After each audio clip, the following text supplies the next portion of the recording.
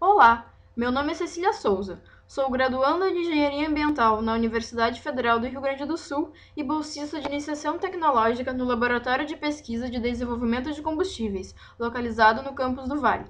Meu trabalho se chama Determinação do tempo de retardo da ignição nos motores diesel. O óleo diesel é o principal combustível utilizado no Brasil, devido à sua grande utilização no transporte rodoviário. É a principal fração do petróleo e sua temperatura de destilação varia entre 130 e 370 graus Celsius. É constituído basicamente por hidrocarbonetos alifáticos, contendo de 9 a 28 átomos de carbono.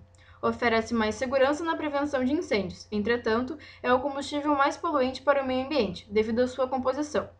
De modo a minimizar os efeitos nocivos desse combustível na natureza, é importante determinar o tempo de retardo nos motores ciclo diesel, pois ele altera a quantidade de contaminantes atmosféricos formados. Mas como funcionam os motores ciclo diesel? Esse ciclo é composto por 4 fases. A primeira delas é a de admissão, na qual o pistão aspira ar. A segunda fase é a de compressão. O ar admitido é comprimido pelo pistão até atingir altas temperaturas. O terceiro momento é quando ocorre a combustão.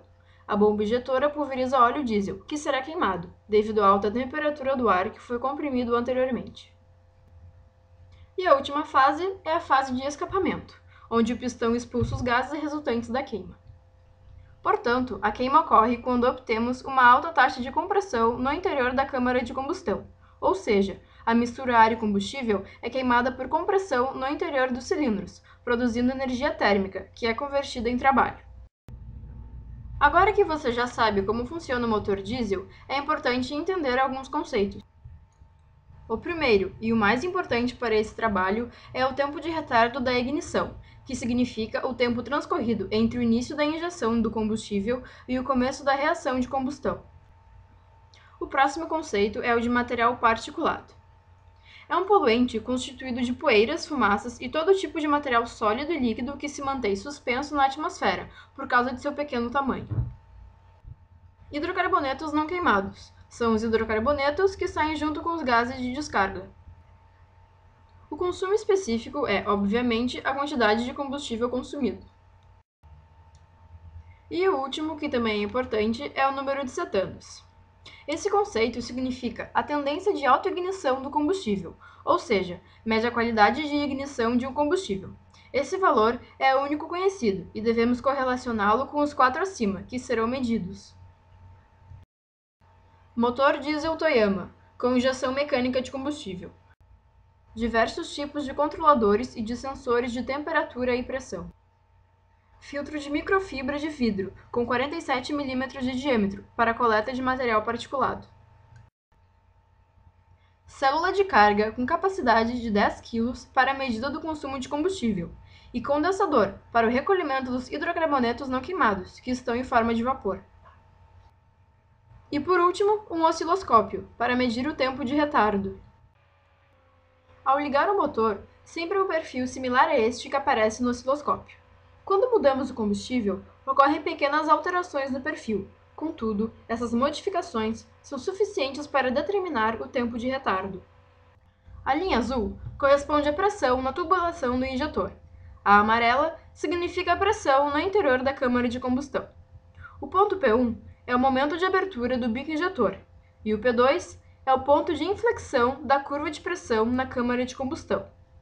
Desse modo, o tempo de retardo é o intervalo de tempo entre a abertura do bico injetor e o momento em que ocorre a inflexão na curva de pressão na câmara de combustão. Isso é, o espaço que ocorre entre os pontos P1 e P2. O ponto P3 é quando a velocidade do pistão é zero, mas não tem significado na pesquisa. São 4 combustíveis: o S10 com número de cetanos de 50, o S500 com número de cetanos de 45, o M500 com número de cetanos de 46 e o S1800 com número de cetanos de 55.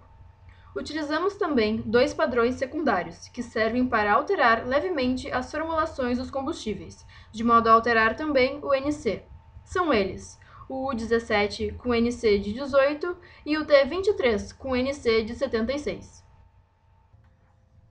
As alterações feitas nos combustíveis com os padrões secundários ocorreram da seguinte forma: o S10 e o S1800 foram modificados com o U17 para obtenção das formulações com número de cetanos de 45, criando assim, respectivamente, o S10M e o S1800M. Os combustíveis S500 e M500 foram alterados com o T23 para a obtenção de formulações com o número de cetanos de 50, formando na devida ordem o S500M e o M500M. O tempo de retardo, que é medido em milissegundo, sofreu as seguintes alterações. Os combustíveis que possuem maior número de cetanos, isto é, o S10, o S1800, o M500M e o S500M, obtiveram um menor tempo de retardo, diferentemente do restante dos combustíveis M500, S500, S10M e S1800M, que por terem um menor número de cetanos, tiveram um maior tempo de retardo. Além disso, o material particulado, que é medido em miligramas por metro cúbico, sofreu as alterações abaixo. E estas foram as modificações que os hidrocarbonetos não queimados sofreram. Eles também são medidos em miligrama por metro cúbico. O consumo específico foi levemente afetado pelas alterações no número de cetanos. Sua unidade de medida é grama por quilowatt-hora. O combustível S1800, que possui o maior NC, foi o que apresentou menor consumo específico. Os resultados obtidos indicam que o aumento do número de cetanos favorece a formação de material particulado e reduz o tempo de retardo, o consumo específico de combustível e as emissões de hidrocarbonetos não queimados.